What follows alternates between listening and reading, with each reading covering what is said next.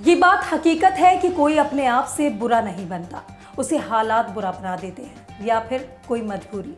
नमस्कार, स्वागत है आपका इंडिया रिपोर्ट में। मैं हूं आपके साथ सुष्मिता तिवारी।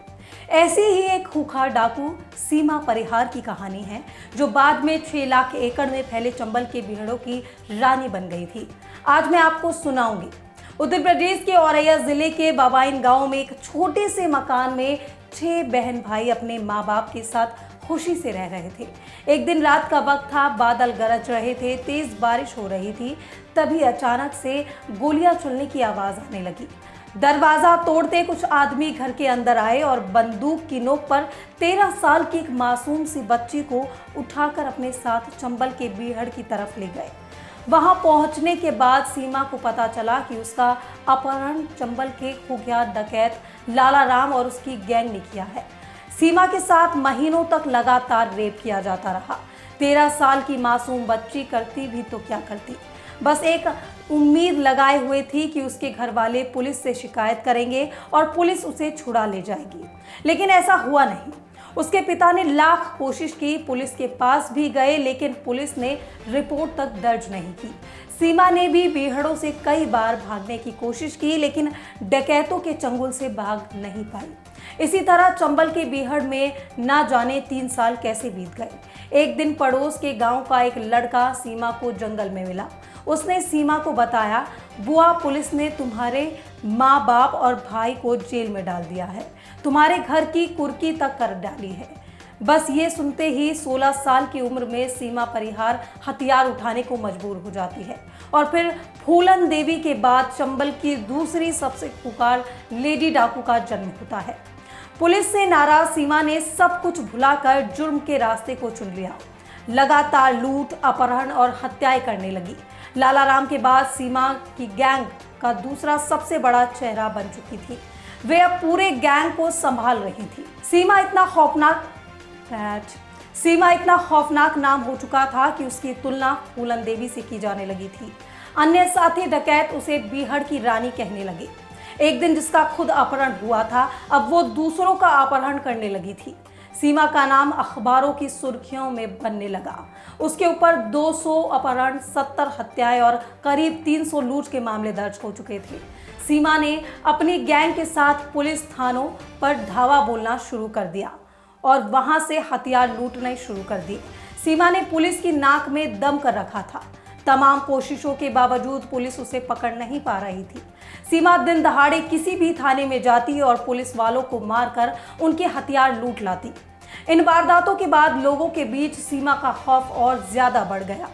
इसी बीच लाला राम की गैंग में एक नई डकैत निर्भया गुर्जर की एंट्री होती है। निर्भया और सीमा को एक दूसरे से प्यार करने लगते हैं। डाकू लाला राम दोनों की शादी करा देता है। सब कुछ ठीक चल रहा था। एक दिन सीमा बीहड़ के जंगल में बसे एक गांव में जाती है। कुछ महिलाएं उससे शिकायत करती हैं कि आपके यहाँ से कुछ लड़के आए थे। उनमें से एक का नाम निर्भय था।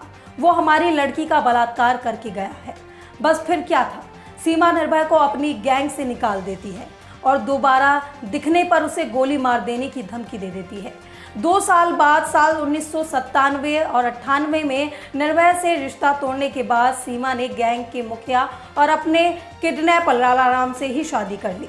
साल 1999 में उसने एक बच्चे को जन्म दिया। बच्चा 10 महीने का ही हुआ था कि साल 2000 में सीमा का पति लाला राम एक पुलिस की मुठभेड़ में मारा गया। अब सीमा अकेली ही हो चुकी थी। पुलिस लगातार सीमा को ढूंढ रही थी। 10 महीने के बच्चे को लेकर यहाँ वहाँ भागती रही। 4 दिन खाना तक नसीब नहीं होता था। इसी तरह 5-6 महीने बीत गए। अंत में सीमा ने आत्मसमर्पण करने का फैसला किया। नौकरी, घर के लिए जमीन और बंदूक का लाइसेंस देने जैसी शर्तों के बाद सीमा ने 18 साल बाद आत्मसमर्पण कर दिया। इसके बाद सीमा 3 साल 3 महीने तक जेल में रही। शुरुआती 6 महीने तक उसका बेटा भी उसके साथ जेल में रहा। जेल में रहते हुए सीमा ने 29 मुकदमों का सामना किया, जिसमें 8 हत्या और आधा दर्जन अपहरण के आरोप शामिल थे। सीमा के अनुसार पुलिस ने अब तक अपनी एक भी शर्त को पूरा नहीं किया है। इसको लेकर उसने प्रधानमंत्री से लेकर हर बड़े नेता की चिट्ठी भी लिखी, लेकिन कोई जवाब नहीं आया। जेल में रहते हुए राजनीति में आने के लिए उसके पास कई पार्टियों से ऑफर भी आए। साल 2002 के विधानसभा चुनाव में उन्होंने शिवसेना को सपोर्ट किया। साल 2006 में उसने इंडिया जर्नलिस्ट पार्टी ज्वाइन कर ली।